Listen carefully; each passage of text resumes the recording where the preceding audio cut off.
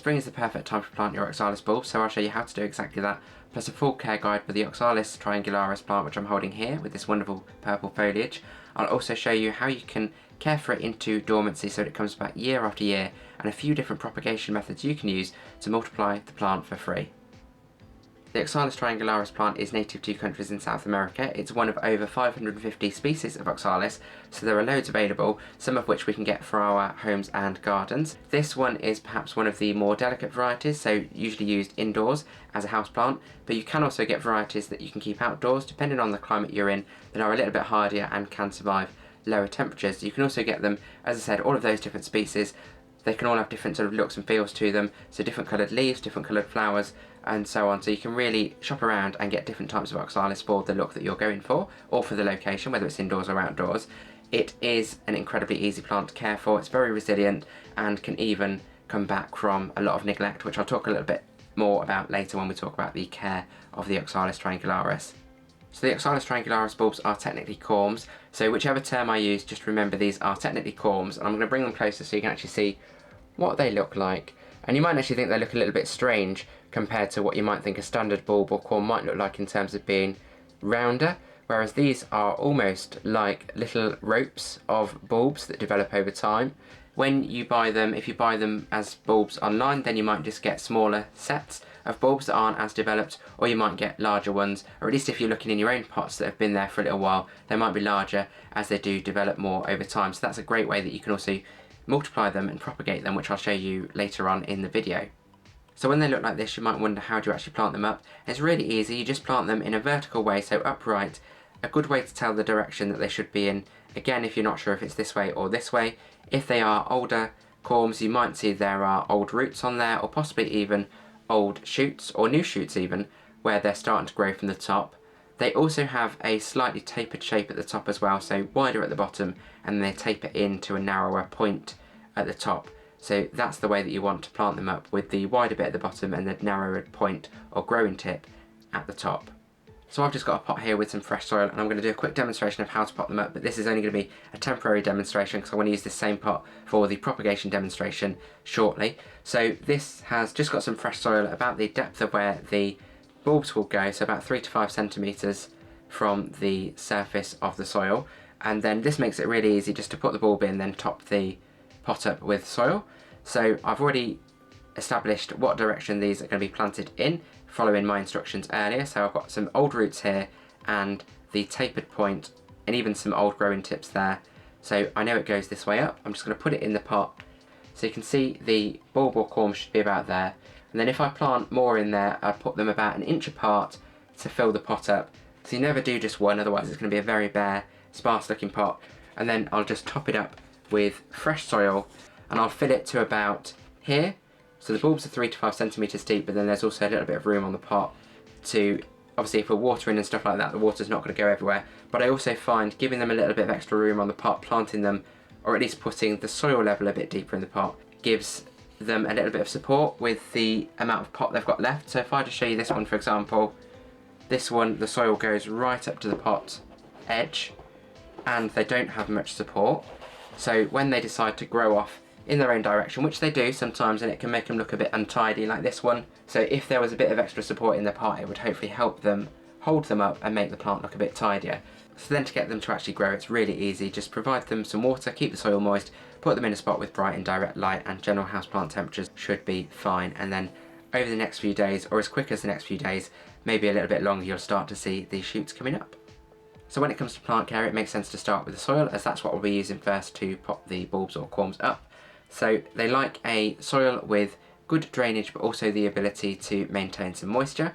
So for this, I would generally use a mixture of peat-free compost, some perlite for the drainage, and coconut coir to maintain some of that moisture, and also it also helps to give it a little bit of a looser soil texture as well. So when it comes to watering, just like the soil, it is about balance. So you don't want to overwater it, but equally you don't want to leave it to dry out completely. So they do like some moisture in the soil, and they are quite thirsty plants as well. But the key here, I think, is little and often as opposed to lots all at once. So you can let the top of the soil dry between waterings, and then just give it a top up as and when it needs water. Generally don't let it dry out completely, as that can cause some of the leaves to crisp or die off. If it's left for too long without water, the bulbs will start to go dormant. However, the benefit of this being such a resilient plant is if it's within the active growing season, just start watering it again and it should start to grow. Again, you'll start to see those new shoots. If it is towards the end of the season, autumn to winter, then perhaps maybe leave it until the spring when it is the active growing season again and just leave them in dormancy. With overwatering it, that can be an issue because it can cause rot to the bulbs or corms. So as I said, little and often when it comes to the watering, just to keep those moisture levels topped up and keep these leaves lush and happy. So when it comes to light, again, it is about balance. So these two like a spot with bright and direct light, so a really good light source to help strong growth of the foliage. With a low light source, if they're not getting enough light, the leaves can grow unevenly and sort of starts to look a little bit untidy, grow leggy. However, if you give them a source of good light, then you'll get stronger foliage, hopefully growing upright, just like these ones. And also, they grow towards the light, so you need to turn it around occasionally to make sure you get an even plant, as you can see. And while they do like bright and direct light, be wary of direct sun. So they can cope with a little bit of direct sun in short spells. However, the leaves are delicate, so they can get scorched if they're in direct sun for extended periods. To add to their visual interest, these also experience nyctinacity, so that's where the leaves and flowers respond to the light levels throughout the day. So just like the plants in the Marantaceae family, like Tenanthe, Calatheas, Maranta, these ones do something very similar. So the leaves will open during the day to catch the light and then close in the evening. Same with the flowers, will open and close throughout the day to the evening. So really interesting if you've got one of these to look out for that. So as they're foliage heavy plants, they would benefit from the regular use of a fertiliser. I would generally use a water-soluble fertiliser every 3 to 4 weeks or every month, so I can mix it into the watering schedule and give them the extra nutrients that they need to grow strong and healthy foliage. Obviously follow the instructions on whatever fertiliser you're using to make sure that you're using the right amount and that it's suitable for the plants that you're using it on. As I say for most of my plant care videos, the temperature in our home should be fine for most houseplants, as is the same for this one, so 12 to 25 degrees Celsius is its preferred range. However, this can be forced into dormancy if the temperature drops too much or even goes too high above 25 degrees Celsius. So just bear that in mind with where you put it in the home and also what your weather's like, what your climate's like. If that happens, you might see the foliage look a little bit sad or start to die back. Just wait until the temperature returns to normal within its preferred range and then start to water it again and the foliage should come back. They are very resilient plants. If it's towards autumn or winter, when it's the end of the growing season, just wait until spring, let the plant go dormant and then wait until spring before you try and bring it back. And then when it comes to humidity, a really quick one for this plant, they don't have any special care needs when it comes to humidity. They'll be happy with the general humidity levels within your home. Of course, when it comes to heat sources or drafts, things like that, just keep them away from those as you would with any house plant. So when it comes to the end of autumn and start of winter, the colder months, the shorter days, you will start to notice these start to look a bit untidy, the growth will slow down or maybe even start to die back completely. Don't worry, the plant is not dying and it will come back in the following year if you look after it in the right way. So they are just preparing to go into dormancy. So this is a pot with dormant bulbs in from last year. So I stopped watering this before last winter and I will start to water it once I've potted them up again like I showed you earlier. Then this will grow back and look like this. When it comes to the dormancy care, it's actually really simple. Once you start to notice it dying back, again that sort of period of time, end of autumn, start of winter, just gradually start to reduce the watering until you come to a complete stop. Stop fertilising as well, and then you should just let the soil dry out. You will notice the rest of the leaves die off. Even if there are a few shoots coming up, just leave them be, or you can trim them off when it does eventually get to winter. And then you can either leave them in the pot in the soil, as I have done here, and you can see this is incredibly dry because I let this dry out completely, and this has been dry for probably about 5 months since before winter up until now. So leave them dry in the soil, put them in a cool, dark place where they'll stay dry, and then that'll keep the bulbs safe within the soil.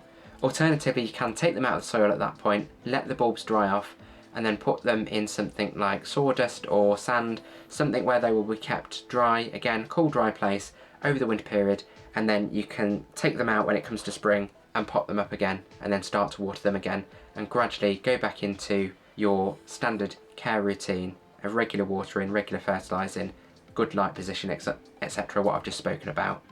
So now let's talk about propagation, and this is an incredibly easy plant to propagate via several different methods, which I'll show you all of them, and then you can decide what one works best for you. And also some of them might give you more established plants in a quicker time frame than some of the others. So perhaps the easiest one to talk about first is just dividing the existing pot of corms or bulbs that you've got. So I technically don't really think this is propagation. this is more a case of, or maybe passive propagation, because the bulbs or corms will actually develop in the pot over time. They will get bigger so they can produce more foliage. They will also start to produce offsets and develop new corms and bulbs off them. If I wanted to, when the plant's like this, I could just take it out of the soil, out of the pot even, and just split the existing corms or bulbs up that are in this soil and pop them up separately. So that's not technically, I don't think, propagating, but it is a way to multiply the pots of Oxalis foliage that you might get, particularly when it comes to potting up. If you have got very established bulbs or bulbs that have been there a while, you might need to do that, as they will fill the pot up too much. So if you've overwintered your corms and you've done it in the pot, so you've got a pot that looks a little bit like this, or maybe you've overwintered them outside of the soil, so you've just got the corms, I'll show you how you can actually split these up, what to look out for, and so you can get fuller pots when you repot the corms again for this upcoming growing season. So I'll use this one as an example. This is one that I bought with an established plant in it, just like this one that I've got just here, and I've let it die back before the winter and just left it in the soil. So all I'm going to do is take the soil out of the pot, and it's very, very dry, and then all I'm going to do is break this up really gently to find those corms that are in the soil. You can see there are two sticking out the soil there, quite long ones, so they might have some good pieces to actually take off and split up further. So these are the pieces that I got from that pot. So there's quite a few in that one. However, even though there's quite a few, they're not all necessarily the best quality, I don't think. So there are a couple there that have some growth potential, and then there's some that I think look a little bit too dried out. Maybe they have passed their best, and like I've mentioned in my previous video about the bulb test or corm test to see if they are still viable, I'm not convinced that this one, for example, it looks incredibly thin and dried out, and it's a bit crispy as well. It's quite light as well compared to the other ones, even though these are only small, so I'm not convinced this is going to grow again. And this one, for example, is a good looking one. This one looks like the main point on top is still healthy, and it's got a good colour to it, so it's not dried out. So what I'll do is just show you how to split them up if you then wanted to split them to spread them out in the soil. So this is more propagation, if you like, as opposed to just dividing the existing plant. So this one, as I may have showed you earlier, this one has three, as you can see on the top, three little offsets growing there, or possibly two from the main one. And all you need to do, if you're going to split them up, you can actually just take one of these offset pieces, and then if you just gently pull and twist, it should come loose like so. So now I can pop this one up separately, and that will grow its own set of foliage, as will these. So if I want to do the same again, I can actually separate this again and take this little one, twist it gently so it comes away from the main corm, and there we go. I've got another one just there. So they can be very small, so I will pop both of those up separately alongside this one, although I could possibly even break that down further, but I'll pop those up, and then that'll hopefully fill out another new pot. So you can actually propagate these via leaf propagation as well, and it's really easy to do. So you can just take a leaf from the plant, just like you would with any leaf propagation, with the full petiole, and hopefully get some material from the base, and I'll show you how to do that in just a second, and then put it in water or put it in soil. Whether or not you use a rooting hormone or not, that's up to you, and then wait for it to develop roots, and then you can pop those up with the rest of your Oxalis plants. So I've got quite a few leaves going off in different directions here, so I'm going to pick one of these straggly ones. So again, if you ever prune yours, then don't waste the leaf, try and propagate it first. So I'll use this one that's on the side, just here, and all I'm going to do is put my fingers down to the base of the plant as close as I can, and then gently pull until that pops off. You can see there it just goes all the way down to where it was in the soil, and then all I'm going to do is take my propagation station, just some test tubes with some water in, I've already done one leaf here, and pop this in the water so that the end is in the water, and then I'll just leave that there until they start to develop roots, and then I will pop them up once they do have roots, maybe centimetres to a couple of centimetres long. Alternatively, if I wanted to do the soil method, I would just take this, make an indentation in the soil with a chopstick or something like that, and then pot it in the soil, and then just wait for it to develop roots. But so long as the leaf is healthy and looks healthy, I will just leave it in place until those roots either develop or I start to see new growth. And the final way to propagate them is actually from seeds. So if you didn't want to buy an established plant or buy corms, you can also buy seeds, and then you would plant them just like you would with most other seeds. Put them in some soil or put them on some soil, cover with a thin layer of soil, keep the soil moist until you start to see this wonderful foliage come up, and then look after them in much the same way.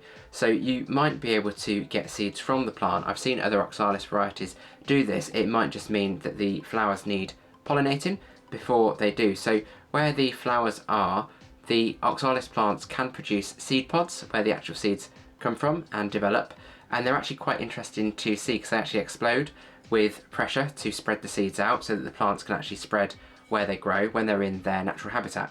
So if you have them as houseplants, it might not be, because there aren't obviously pollinated insects and stuff like that, they might not necessarily produce seeds because they might not be pollinated. Whether you can do that yourself with a paintbrush or something like that, or a swab or something, I'm not sure if that's possible, so it might be worth experimenting and seeing if you can by giving that a go. Maybe I will try it with this one, because this one has quite a few flower stems coming up, so maybe I'll give this a go and see if I can actually get this to produce seeds. But that is just one more method that you can use. If you do get seed pods, keep them and plant them. If you don't, or if you want to, you can buy those seeds online, and then you can grow Oxalis Triangularis from seeds as well. If you'd like to learn more about growing houseplants from bulbs or corms, as well as to check if they're dormant or possibly dead, then check out my previous video, which I'll link at the end for you. It covers all of that, plus spring care tips to get your plants off to the best start this growing season. I finished potting up the corms that I had overwintered, plus the extra ones that I'd taken from the propagation methods that I showed you earlier, so hopefully they will fill out this pot and we'll get a pot full of that wonderful foliage like this one. So I hope you found that video useful in learning more about the Oxalis Triangularis, how to pot them up, how to care for them, and how to propagate them by many different means so that you can grow your houseplant collection for less. If you've got any questions, please put them in the comments below and I'll respond to everyone, and as always, thank you for watching Grow Your Wellbeing.